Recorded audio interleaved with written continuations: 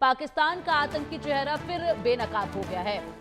आतंकी हाफिज की धमकी दोहरा रही है पाकिस्तान की सेना। सिंधु नदी के पानी को लेकर भारत को धमकी दी जा रही है। पाकिस्तानी सेना ने हाफिज वाली गीदड़ भभकी दी है। पाक सेना के प्रवक्ता अहमद शरीफ ने ये धमकी दोहराई, अगर हमारा पानी रोकेंगे तो हम आपकी सांस रोक देंगे। अजय, वाकई में शर्मनाक है ये।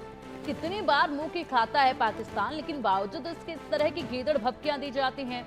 जब सीज फायर पर बात हो रही थी, मैच पर जब बैठकर बात हो रही थी, तब ये स्पष्ट कर दिया गया था किसी भी और दूसरे मुद्दे पर बात नहीं होगी।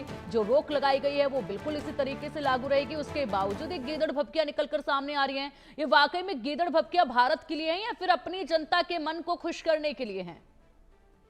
पिंकी, एक कहावत है कि सियानी बिल्ली खंबा नोचे, वही हिसाब पाकिस्तान का है।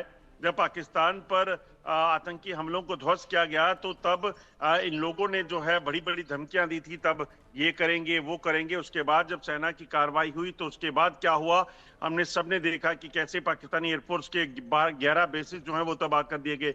पाकिस्तानी सेना के कई चौकियां जो है वो जलकर खाक हो गई और उसके बाद रोते रोते पाकिस्तान जो है वो यूएस की शरण में पहुंचा कि हमें शांति के लिए हमारी मदद कीजिए।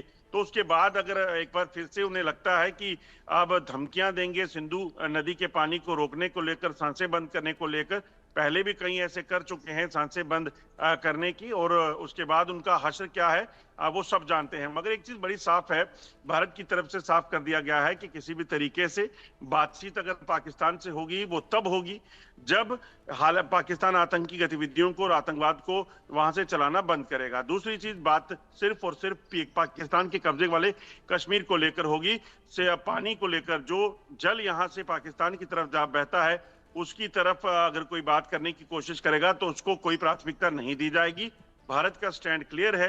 एक देश जो भारत के खिलाफ लगातार षड्यंत्र करता है, पिछले कई सालों से यहां पर हमले कर रहा है, आतंकी भेज रहा है, उस देश को अगर भारत से कुछ चाहिए है तो उसके बदले में पाकिस्तान को अपना कायाकल्प करना पड़ेगा। आतंकवादी जो वहां बैठे हैं सरगना, उनको भारत को सौंपना होगा, तभी ये मुमकिन हो पाएगा।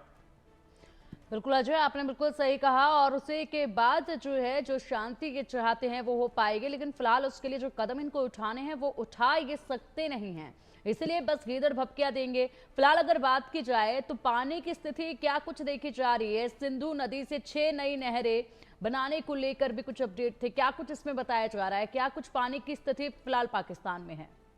देखिए पिंकी, इसको समझने की जरूरत है। दरअसल 3 नदियां जो मुख्य नदियां पाकिस्तान की तरफ बहती हैं, उनका पानी पहले सीधे पाकिस्तान जाता था। भारत ने जो ट्रीटी पे सहमति जताई थी वो सिर्फ इसलिए कि एक इंसानियत के नाते पानी जो है अगर किसी देश को लोगों को फायदा मिल सकता है तो दे दिया जाए। ऐसा नहीं था कि भारत में उसका इस्तेमाल नहीं हो सकता था या भारत को इसकी जरूरत नहीं थी। भारत में भी नदियों में की बात की जाए तो इन नदियों के जरिए लाखों एकड़ जमीन जो यहाँ बंजर होगी कई इलाकों में, उसका इरिगेशन हो सकता था। कई लोग जो हैं अभी भी पानी की किल्लत को झेल रहे हैं, वहां पर इसका इस्तेमाल हो सकता था, मगर वो नहीं किया गया उस वक्त, क्योंकि चलिए पाकिस्तान एक पड़ोसी था, उसको इंसानियत के नाते ये मदद करनी थी, वो कर दी।